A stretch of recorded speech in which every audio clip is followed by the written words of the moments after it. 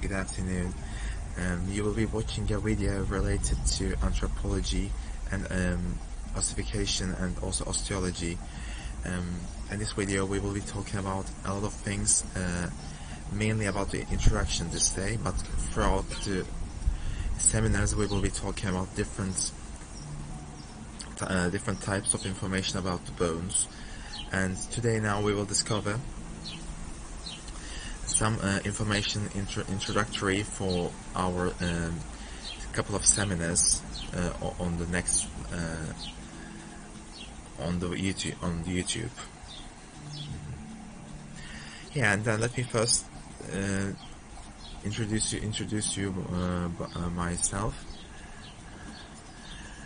I'm Özcan. I'm an anthropologist who has a bachelor degree, who holds a bachelor degree in anthropology from Yeditepe University.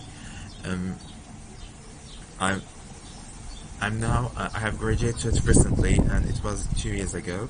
But anyway, I'm so interested in anthropology. So what makes me keep going doing this this seminar and making some videos about anthropology is that I love very much about human bones, and I love studying them. That's what also motivates me. And also I would like to do this video because I would like to inform you with some new informations, or can be very old-fashioned information, but the book I'm referring now is published in 2012, so it's not quite an old book. We can say this book has a suggestion from my former tutorial, and also referencing these informations. I will be thinking that this book would be very effective to understand some osteological informations, and also some of the informations about the human bones, and revealing information about the osteology world, from what osteologists do and until what they do not deal with.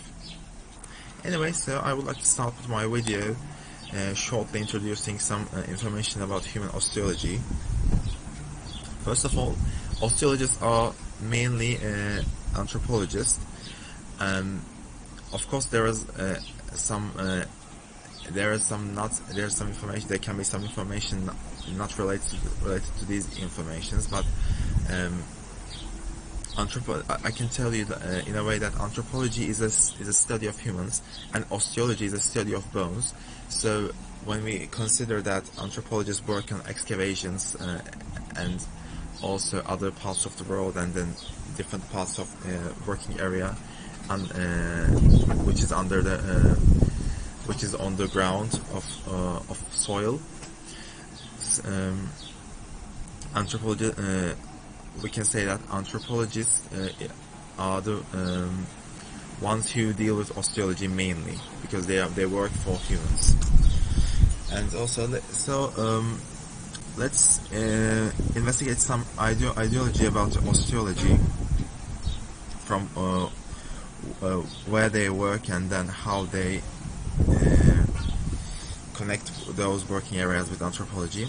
For instance, paleontologists search for outcrops for osteological ideas about prehistoric human form.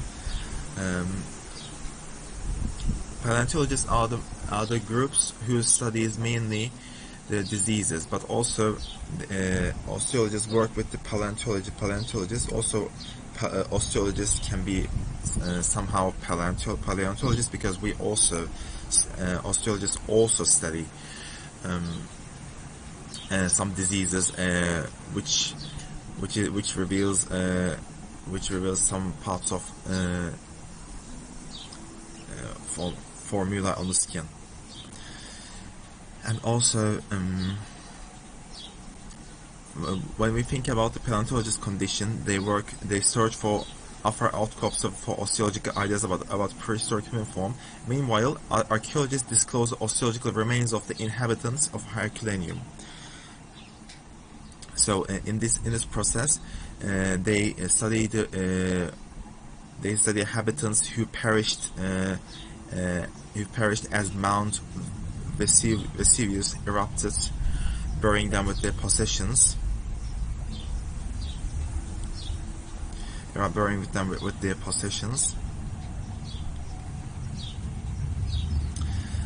So these are the different areas of the anthropologists. For the anthropologists who work on osteology. And also, on the other parts of the world, anthropologists probe into a grave that may be full of skeletal parts belonging to those of a Nazi war criminal. So when you imagine those different types of branches of anthropology, they all have in common that they study one thing. These are the human bones. But they, if you just carefully have listened what I said, you will be understanding that how they are related to each other, because in the paleontologist works for a different area, and archaeologist works for a different area, and also anthropologist works on a different area, and then also what is called Nazi war criminal investigators could be called forensic anthropologists, because they are investigating a very near time events that existed throughout the world, that existed in one part of the world. Sorry. Also, let's consider some different works about forensic anthropologists. Around the world, the sex and age of the recovered remains will be assessed by forensic anthropologists to help law enforcement officials. So, for example, if the bones from a criminal case was found in somewhere of the world, in some parts of the world, doesn't matter where they are found.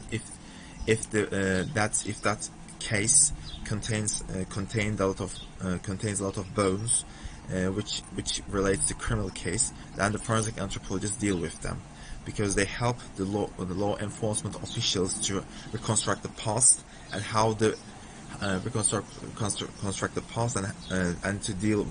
They help to deal with. They help the law enforcement officials to deal with the case on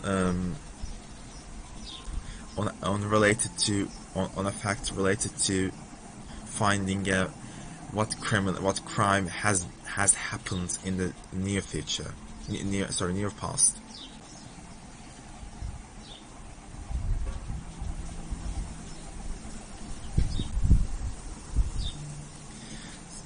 So those are the couple of instances where anthropologists from different fields will be dealing with. I will now refer some information about human osteology, and I will briefly explain human osteology, and then it can be defined as a study of human bones, as I have mentioned on the a previous section. And it has got three main fields in which knowledge of human osteology is often applied.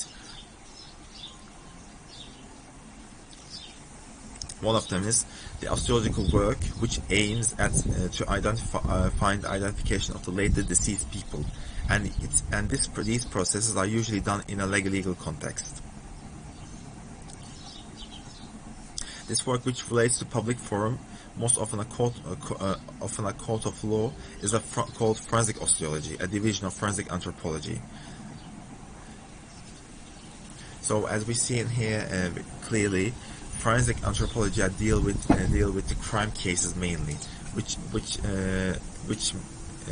study moreover.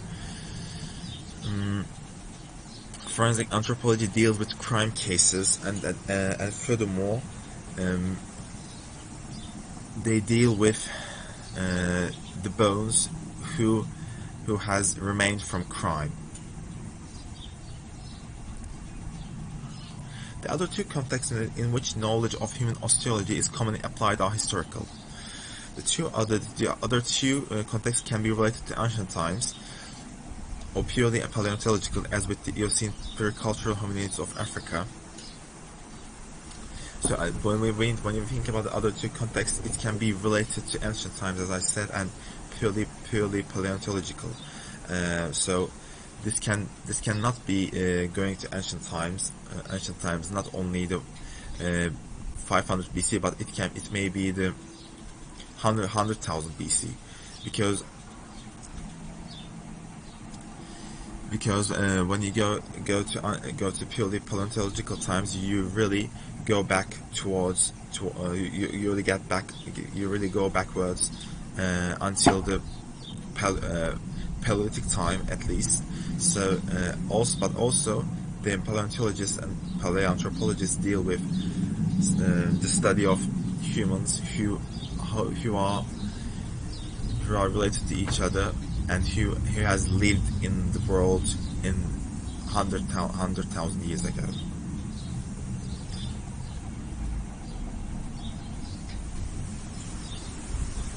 But of course, it's a very varied subject, so you can get further information about paleontology and paleoanthropologists' job, what they deal with, on the internet. It's just I just give an example. I don't mean that they just strictly investigate only 100,000 years ago. They also deal with close times, but their paleontologists and paleoanthropologists are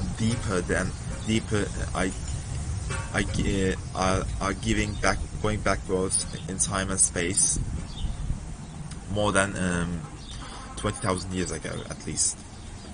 Before, for example, agriculture started.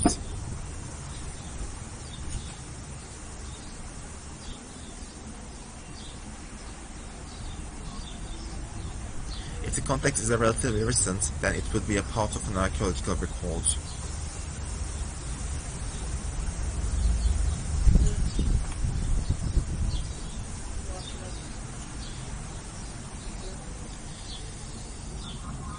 If the context is relatively recent, then it would be a part of an archaeological record. Yeah. So as I said, if it's recent, it would be part of an archaeological record. But if it's going to back thousands of times, it may be related to other parts of the subject more than more than archaeologists can deal. In a more precise examples, human bones in the Aztec center were chronicled just a few hundred years ago by the Spanish during the conquest of Mexico.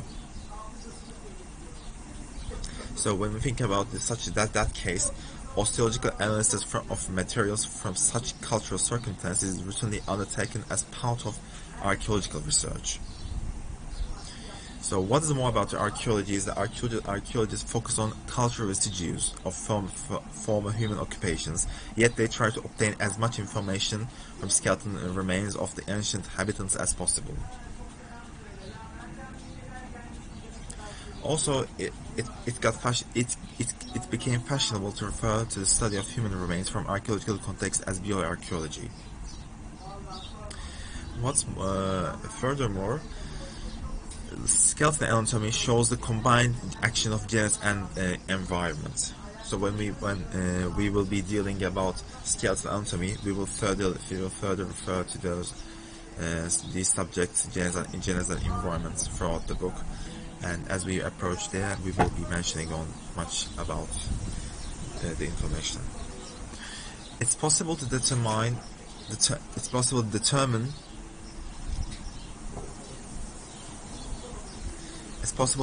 individual sex and to estimate the age and stature of an individual by bones.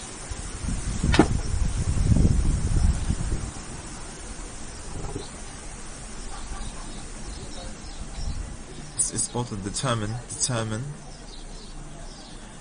individual sex and to estimate the age and stature of an individual by bones. So sorry to repeat it because I couldn't understand the meaning. But what I should say about this paragraph is that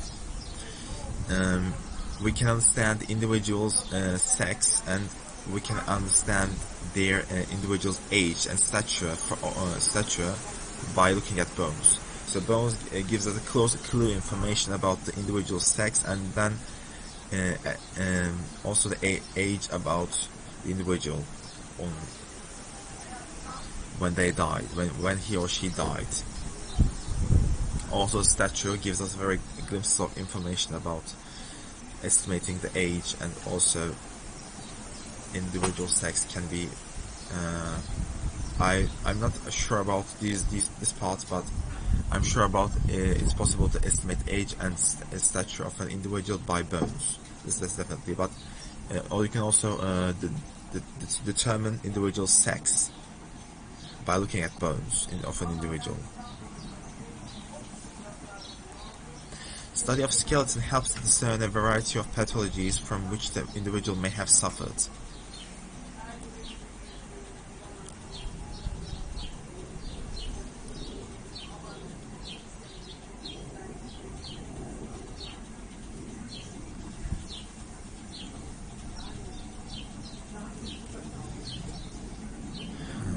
Let me just read it carefully. I will also tell it about you.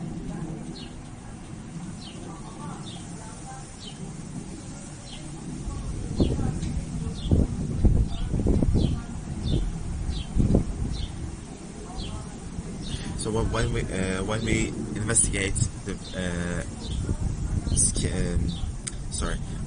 investigate the bones, we can it helps us to discern a variety of pathologies from which the individual may have suffered.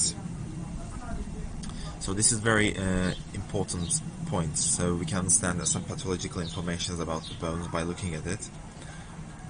Also, yeah. Let's concentrate some guide to the text. So throughout the different videos, in this video, as I said, it will be introductory, but I will be telling you some information about what we are going to do next on the videos, chapter by chapter. So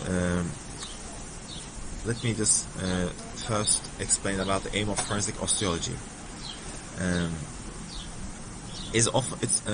The aim of forensic osteology mainly involves, and often involves identification of an unknown individual. And when we think about the process of personally identifying the remains of the lately dead individual, that's called individuation. To reveal outcome, forensic osteologist first ascertains whether the remains are human, then set off to explore individual characteristics such as age, sex and stature, comparing these variables in the hope of getting an exclusive match with what is known about the missing individual. So also in our osteology, as soon as we get the information about the individual's sex, age and stature, we try to compare these variables with the hope of getting an exclusive match with another missing known things about the missing individual. Also, human osteologists working in archaeological contexts usually maintain such personal identification.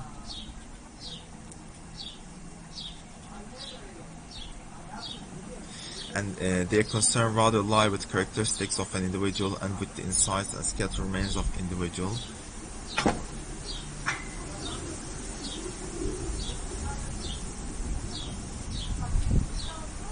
But human osteologists working in archaeological contexts usually do a different work, not this one.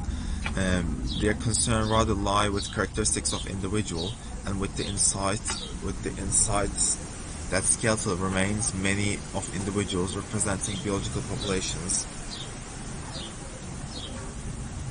with the insights that skeletal remains many of individuals representing biological populations might provide on diet, health, biological affinity, and populational history. So, archaeologists' concern rather lie with the characteristics of individual and with the insights that skeletal remains of many individuals representing biological populations might provide information on diet, health, and biological affinity and population history. So we can get those informations from investigating carefully about the known facts, from known facts to the unknown facts, and then we can combine these informations to get very valuable information. Osteologists working in a paleontological context, such as, let me give an example. Paleontologist works on many fossils from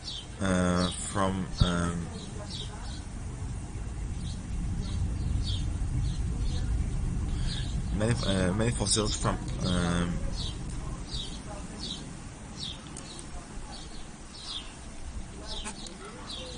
fossils from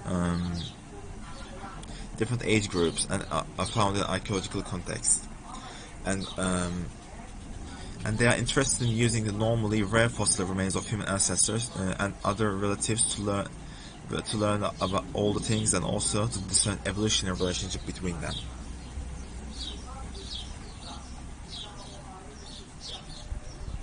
And also, this presentation, not only this, but all of not in this presentation, but the next presentations will be including histology, skeletal embryology, morphogenesis, biomechanics, and full accounts of every skeletal measurement, identification technique. We will refer further details in the upcoming chapters.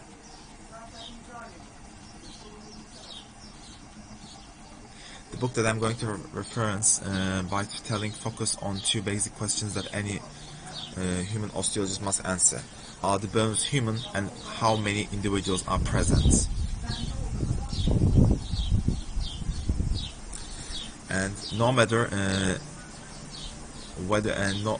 it doesn't matter whether whether the context is forensic, archaeological, or paleontological. These questions must be answered before the further analysis can be done. That's the main process of an action. So we have to first deal with these processes, then we will deal with the next step about further analysis about information about bones. The first chapter will be included by considering some advice on methods and techniques for studying, learning, and teaching human osteology.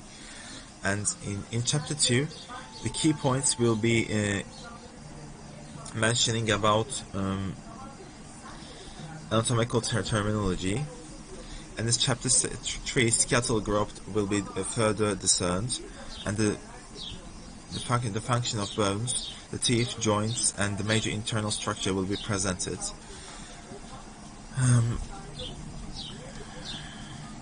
In chapters 4 to 13 form the core concepts of the book. In these chapters, one anatomical region, beginning with the bones of the skull, will be deeply considered. Also, separate chapter and format will be employed for the dentition. So there will be the same, different subject, but the same application for the dentition subject.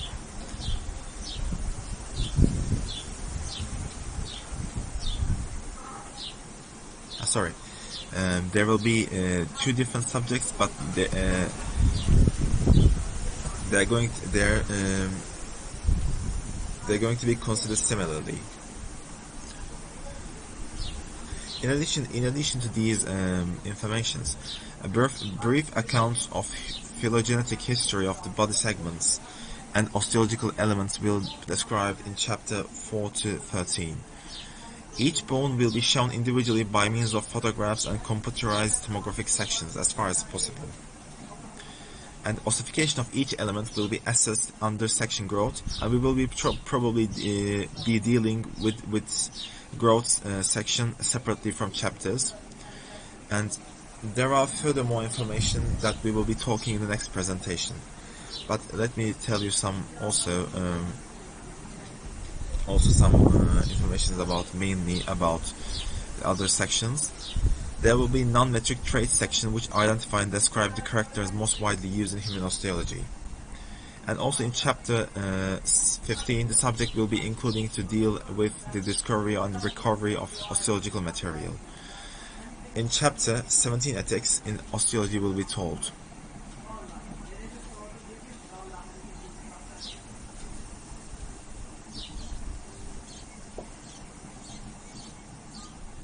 Chapter 18 will be guiding to the assessment of an individual's age, sex, race and stature from skeletal remains. Also chapter 19 will be considering the most common pathologies encountered in the human skeletal remains. Chapter 10 will cope with taphonomy, the study of processes in which skeletal remains will be affected by the movement along the tortuous path between death and creation. Also, chapter 21 addresses the subject of how the biology of current dead human populations, especially diet, demography and affinities may be studied. Chapter 22 will be covered with molecular osteology. We will be talking about the 6 case studies to make the subject more concise about the fundamentals outlined in these chapters. Measurements will be expressed in the metric system. Also, let me put it carefully for the next chapters. So, as I come to the last parts of the presentation, I hope I have informed you of very valuable information, and that it will be very invaluable for you to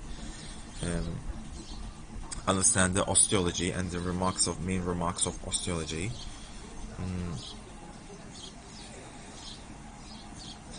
Resources for the osteologist. The most important single resource for the osteologist is the collection of skeletal remains. So ideally, the laboratory should have a growth series of skeletons and of individuals of known age to bind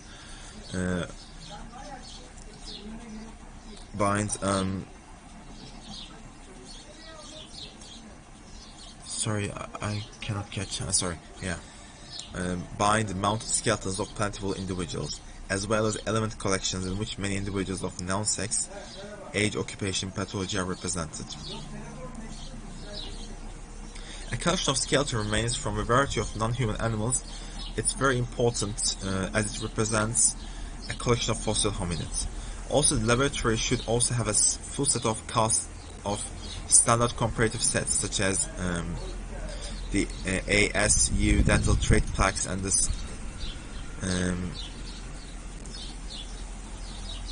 pubic symphysial aging casts.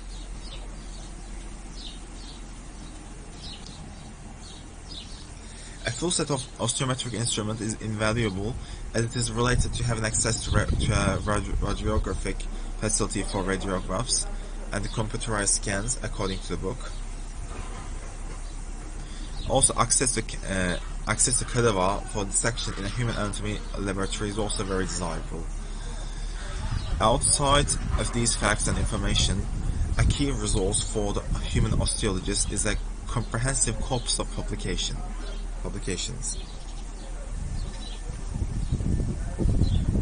Studying osteology. Let me come to the last part of the chapter.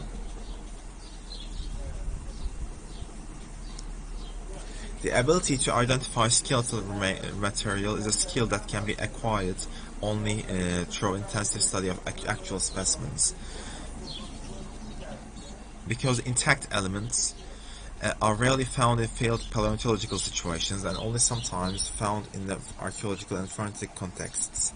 It's enough to be able to cite intact elements, and as we will see further in the section, misidentification and under-identification may be occurring, so it's important to keep in mind that some desirable ideas before studying about bones more detailed for the next presentation.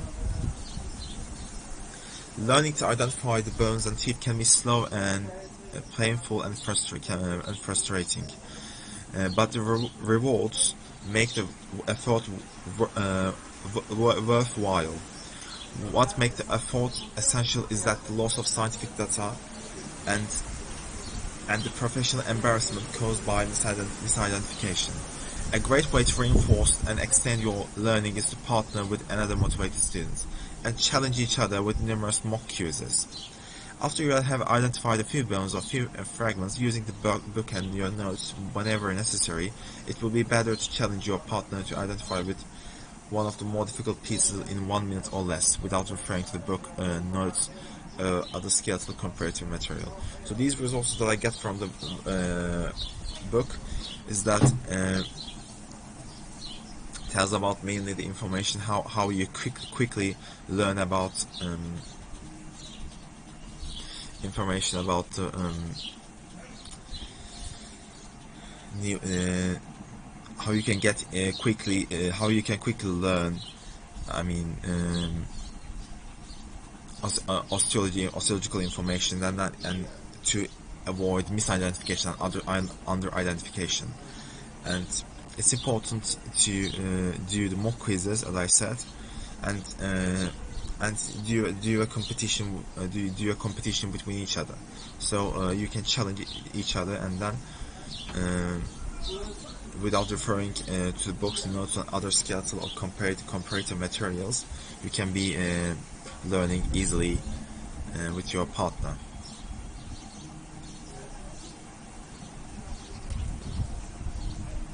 Keeping in mind that skeletons embedded in your body, it's useful to visualize the way in which an isolated skeletal element may plug into your own body.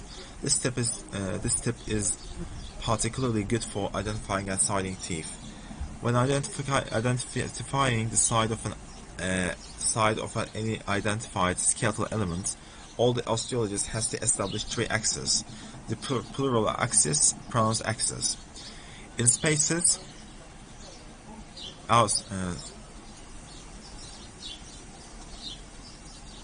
sorry, I have mispronounced. When identifying the side of any identified skeletal element, all the osteologist has to establish three axes in space: top to bottom, side to side, front to back. Anatomical features of the bone will assist in this, thereby providing the clues necessary for the correct identification and orientation. Another tip for identifying skeletal remains is that to set out identifying a bone by making a clue on which element it cannot be. So when you look at the bone during the identification process, you can have a clue on which it cannot be elements, which elements they cannot be. It cannot be. So this will help you to learn about bones. And it also avoids misidentification and under-identification. If you most often misidentify immature specimens, then launch an activity by exploring a growth of series for each skeletal element to see how the shape of the changes with growth. If you have trouble with non-human skeletal remains, examine a range of human variation to get a good idea of how much variation to expect.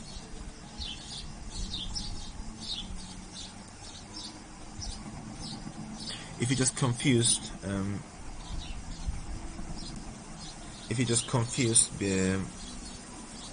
one part of a skeleton for another, investigate all the elements in the skeleton that might mimic each other when fragmentary, and we will dealing with it to sort out the problem out.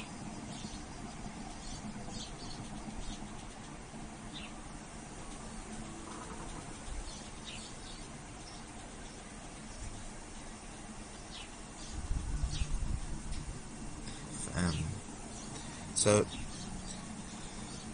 thank you for listening today, and this is all about my video. So thank you for joining the video. You can share this video if you like it, and if you can give some tips and If you have anything